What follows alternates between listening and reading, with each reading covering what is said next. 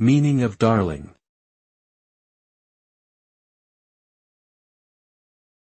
Darling.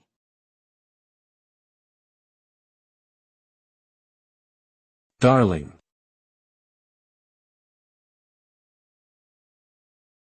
Darling.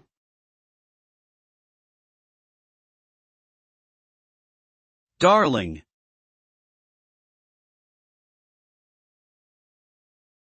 The word darling is a term of endearment which is used to express affection or love towards someone. It is often used between couples, family members, or close friends.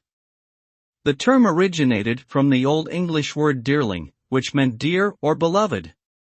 In modern times, it is commonly used as a way to show appreciation or fondness towards someone.